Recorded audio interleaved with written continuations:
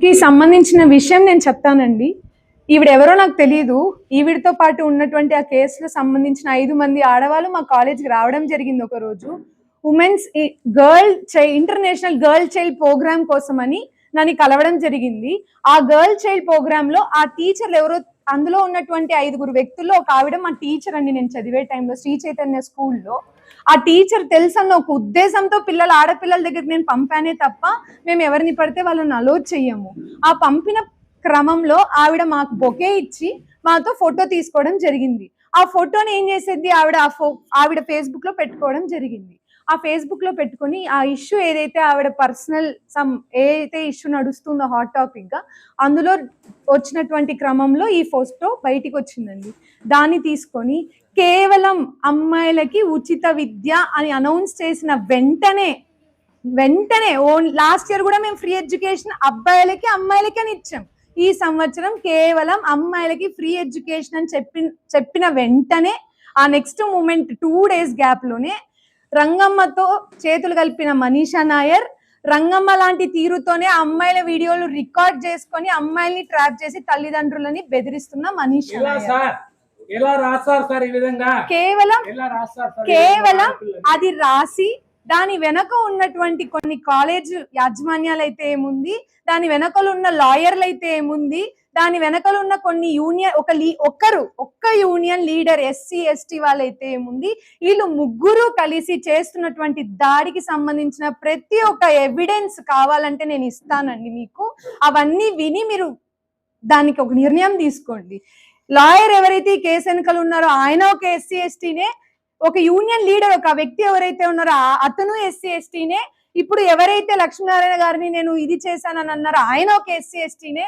ఈ SC ST అనే దాని యొక్క పవర్ ని చేతిలో పట్టుకొని మమ్మల్ని బెదిరించి బ్లాక్మెయిల్ చేసినటువంటి తరహా మీకు నిజంగా నేను ప్రతి ఒక్కటి ఎవిడెన్స్ ఇస్తాను.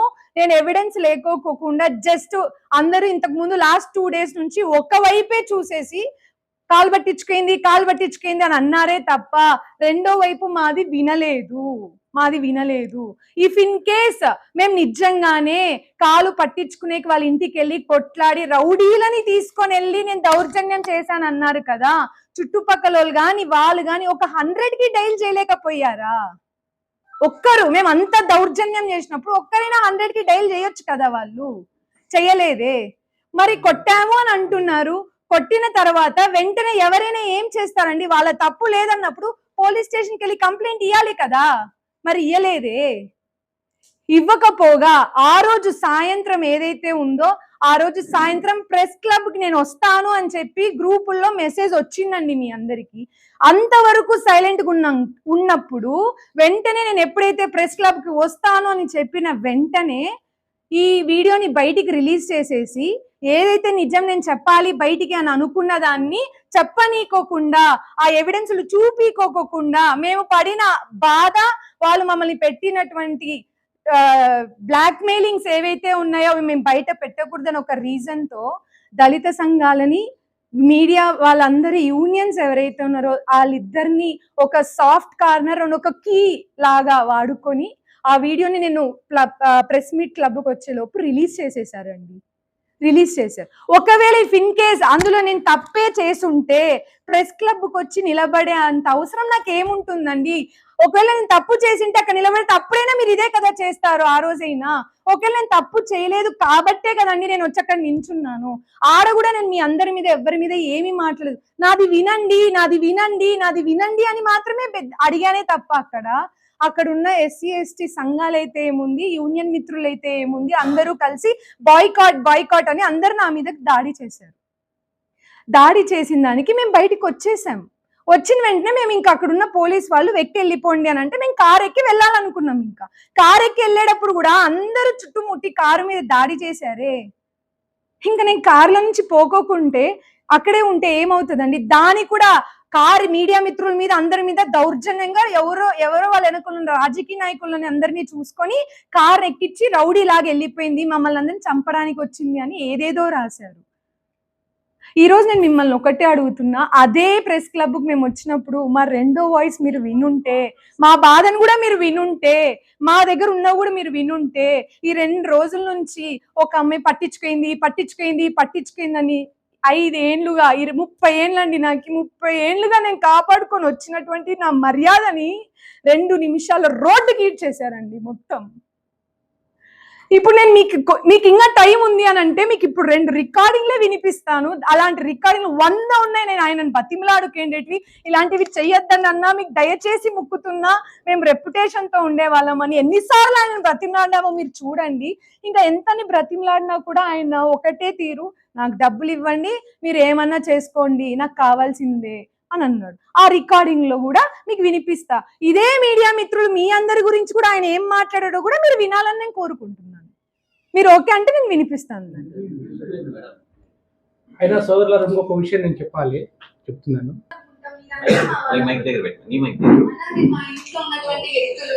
మేము ఈ ఊరిని ఇల్లు అనుకుంటాం, మీరంతా మా వాళ్ళు అనుకుంటాం, మీ కాలేజీని మేము అట్లనే అనుకుంటాం, మీకు కాదు ఏమని చేస్తాం.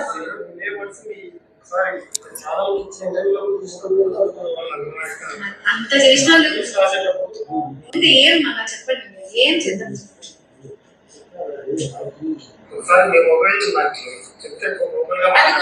అన్ని అక్కడే ఉన్నాయి, అన్ని అవే 3 వాళ్ళ దగ్గరికి ఇచ్చి పంపిన ఛార్జింగ్. మేము కొన్ని వందల సార్లు బ్రతిమలాడుకున్నాం. ఒకసారి మనం పేపర్కి వెళ్ళి మా మీద రాసినటువంటి అన్నీ కూడా మీరు ఒకసారి చూడండి. బ్లాక్ మనీని వైట్ మనీగా మారుస్తున్న గీతం కాలేజ్ ఎవిడెన్స్ ఉందా అండి? ఎవరో మెడికల్ స్టోర్ అతను 5 కోట్లు పెట్టి అతనితో తీసుకొని రోడ్డుకి వేసేసిన మనీషా నాయర్, రంగమ్మ తరహాలోనే ఇలా ఉన్న మనీషా నాయర్, ఆవిడ దౌర్జన్యానికి ఇట్లాంటి ఆవిడని ఊర్లోంచి వెలేయాలి. ఎందుకు వెలేయాలండి? మీరు దందా చేస్తున్నారే ఇప్పుడు నా మీద, మీరు లేనివన్నీ బయటికి వేసి డబ్బులు డిమాండ్ చేస్తున్నారే. నాలాంటి అమ్మాయి వెలివేయాలా, లేకపోతే ఇట్లా మీ చేతికి ఉన్నటువంటి ఒక మంచి పవర్ ని మంచిగా యూజ్ చేసుకోకుండా బ్లాక్ మెయిల్ చేస్తున్న లాంటి నీలాంటి వాడిని వెలివేయాలా అని అడుగుతున్నా నేను ఈరోజు. ఇప్పుడు ఫస్ట్ దీని అన్నిటికన్నా ముఖ్యంగా నేను మీకు చెప్పాలనుకుంటుంది, ఎస్సీ కానివ్వండి మీ దెబ్బతినుంటే నన్ను క్షమించండి నేను ఇస్తున్నా. కానీ అందులో జరిగినటువంటి విషయం ఏంటంటే, ఈ ఎవిడెన్స్లన్నీ నాతో ఉన్నాయి. మేము బయటికి వచ్చి ఎస్సీ ఎస్టీ కేసు పోలీస్ స్టేషన్లో అయినా కానీ మీ దగ్గరికైనా కానీ వచ్చి మేము మాట్లాడొచ్చండి. కానీ ఆయన వేసిన న్యూస్ గురించి నేను వచ్చి బయట మాట్లాడితే అప్పుడు ఇంత చిన్నగా ఉన్న హనీ ట్రాప్ కాదు కదండి అది. అందులో ఎంతో మంది పోలీసులు, ఎంతో మంది వాళ్ళు బయటికి వస్తున్నారు. అలాంటి టైంలో నేను వచ్చి ఇలాంటి దాంట్లో మనీషా అనే అమ్మాయి పేరు హైలైట్ అయితే ఆవిడ అట్లే చేసి వచ్చిందేమో అనే మాట్లాడుకుంటారే తప్ప బయట ఇంకేం జరుగుతుందండి? కేవలం ఆ రీజన్తో ఆయన కూర్చోపెట్టుకొని సామరస్యంగా మాట్లాడుకోవాలనుకున్నాను కాబట్టి ఆయన ఇంటికి వెళ్ళాను. నేను ఆయనని ఇక్కడికే రమ్మన్నాను, కానీ ఆయన ఇక్కడ వద్దు మీరే రండి అన్నాడు. ఆ రికార్డింగ్స్ అన్ని కూడా నేను మీకు ఇస్తానండి. ఆయన ఇంటికి వచ్చి వెళ్ళిన తర్వాత, అన్న ఇది కరెక్ట్ కాదు, దయచేసి మా బాధను అర్థం చేసుకోండి, ఇది ఎందుకు మా మీద చేస్తున్నారు అని అంటే, ఆయన మాకు యాడ్ ఇచ్చేయండి అన్నాడు. సరే అన్న యాడే కదా, యాడ్ కోసం ఇంత చేస్తున్నావే, ఒక ఆడపిల్ల బాధ నీకు అర్థం కావట్లేదు, ఏది పడితే అది మీరు మాట్లాడతారా అని అంటే, ఆయన ఏమంటున్నాడంటే సరే మేడం అయిపోయింది, మీరు యాడ్ ఇవ్వండి 3 లక్షలకి అని అన్నాడు. సరే ఇప్పుడు నేను ఇచ్చే ఆ 3 లక్షలు కూడా నేను నీకు యాడే ఇస్తాను, మీరు తీసుకోండి, ఇప్పుడు నాకు జరిగినటువంటి డ్యామేజ్ కి మీరు నాకు ఏం న్యాయం చేస్తారు అని అడిగానండి. మేడం నా రెప్యుటేషన్ పోతుంది, ఇప్పుడు నేను ఇచ్చానంటే నాకు ఇప్పుడైతే నేను ఏం చేయలేను, అవన్నీ మీరు మేనేజ్ చేసుకోండి, నాకు చేసేది మీరు చేయండి, లేకపోతే నేను ఈ దండయాత్ర ఆపను.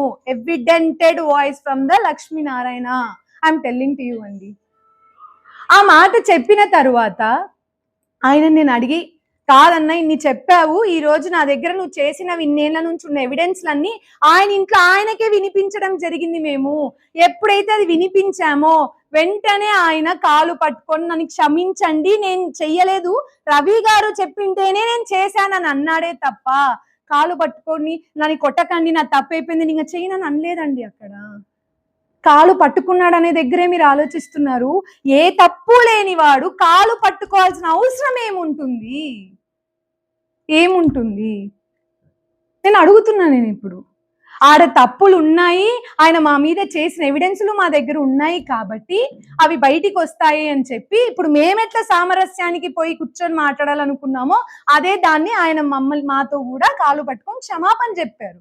ఆ వీడియోని మీరు పరిశీలించండి ఇంకొకసారి 10 సార్లు. ఇక్కడ పక్కన ఉన్నటువంటి వాళ్ళందరూ కూడా నా పేరెంట్స్, నా ఎంప్లాయీసే. వాళ్ళందరినీ మీరు ఆగండి అనే అన్నానే తప్ప మీరు వెళ్ళి కొట్టండి అని నేను అనలేదండి. ఆ వీడియోలో మీరు ఆగండి అన్నాను. అంతలోపు వెంటనే ఆయన నా కాలు పట్టుకొని నాది క్షమాపణ అయిపోయింది, నేను తప్పు చేశాను, నేను తప్పు చేయలేదు, రవి గారు చెప్పింటే నేను చేశాను అని అన్నారు. అప్పుడు నేనేమన్నా, మరి ఇది తప్పే కదా, మీరు ఎలా రాస్తారు, ఇది నిజమే కదా అని మాత్రమే అడిగానే తప్ప అందులో నా కాలు పట్టుకో అని అడగలేదు, కాలు పట్టుకుని క్షమాపణ చెప్పు అని నేను అడగలేదు. ఆయన కులాన్ని దూషించి నేను ఒక పదాన్ని కూడా నేను వాడలేదు. అతను కాలర్ పట్టుకోనో లేకపోతే చంప మీద ఇట్లా కొట్టో కూడా నేను చెయ్యలేదండి. అందులో ఈ నిజాలు బయటికి వస్తాయని కేవలం దళితులు అనే ఒక రీజన్తో దీన్ని ఇంత దూరం తీసుకొచ్చారు.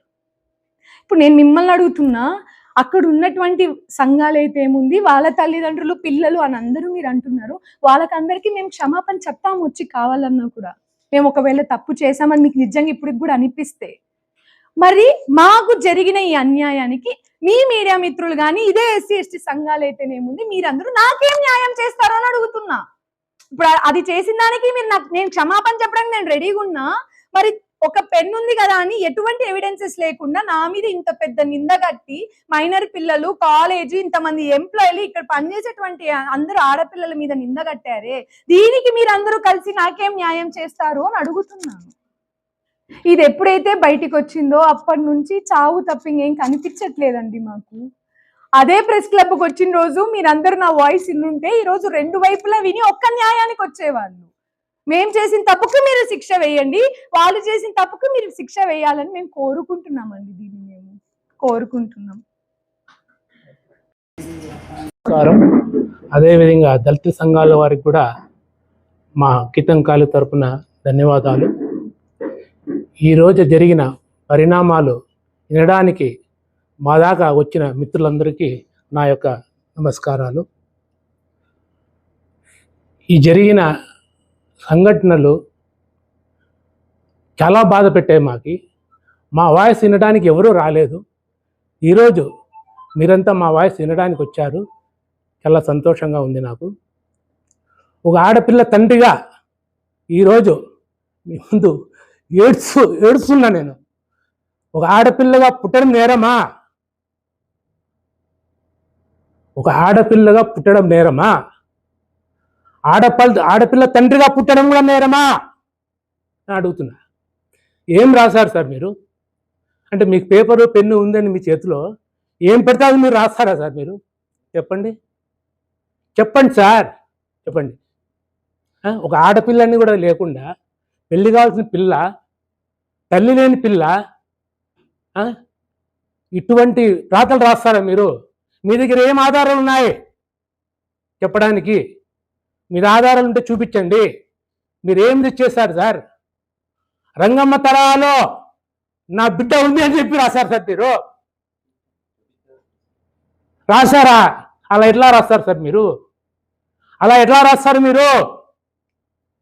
మీకు అక్క చెల్లెళ్ళు లేరా? మీకు అమ్మ నాయన లేరా? నీకు బిడ్డలు లేరా? నాలాంటి బిడ్డలు లేరా మీకు? ఒక బిడ్డ మీద మీరు ఎట్లా రాస్తారు ఈ విధంగా? చెప్పండి, ఎలా రాస్తారు నాకు చెప్పండి. ఒక ఆడపిల్ల తల్లిగా నా బాధ నేను చెప్పుకుంటున్నా ఈరోజు. ఇదే విధంగా మీ అక్కకో, నీ బిడ్డకో, నీ పెళ్ళానికో రాస్తే ఈ విధంగా వదులుతారా మమ్మల్ని మీరు? ఓ తండ్రిగా నా ఆవేశంతో చెప్తున్నా. మీరైతే ఏం చేస్తారు అదే నేను కూడా చేస్తున్నా, చేస్తాను కూడా.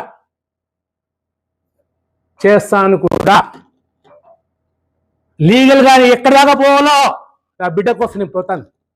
చావడానికి రెడీ నా బిడ్డ కోసం. నేను ఇంత బాధ పెడతారా మాకి? ఆడపిల్లలు చదువుతున్న, మేనర్ పిల్లలు చదువుతున్న కాలేజీ మీరు ఏ విధంగా రాశారు? తీమాది ఏం రాశారు చూపించండి, చదివి వినిపించు దానికి. ఏం రాశారు? నేను చదువుకోలేదు, నా బిడ్డలు చదువుకున్నారు. 10 మంది ఆడపిల్లలు నేను చదివిపిస్తున్నా ఉచితంగా. ఇదే మా తప్ప మాది, ఇది చేయడం మేము తప్ప అని ప్రశ్నిస్తున్నాను సార్ నేను. ఏం రాస్తారు చూడండి ఒక తూరి. మీకు అక్క చెల్లెలు లేరా, బిడ్డలు లేరా? చదివి వినిపించమ్మా, చదివి వినిపించు. సేమ్ రంగమ్మ తరహాలోనే రహస్యంగా వీడియోలు రికార్డ్ చేసి బ్లాక్ మెయిలింగ్ గీతం కరెస్పాండెంట్ మనీషా నాయర్. ఎలా సార్, ఎలా అవుతుంది తండ్రిగా నేను?